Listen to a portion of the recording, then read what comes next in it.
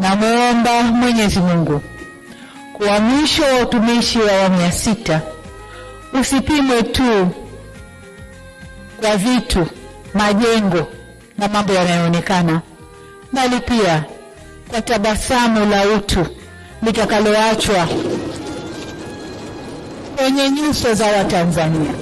Nilikuwa nasema namuomba Mwenyezi Mungu mwisho wa utumishi wa awamu ya 6 usipimwe tu kwa vitu vitakavyoachwa, bali tupimwe kwa tabasamu takaloliacha kwenye nyuso za Watanzania.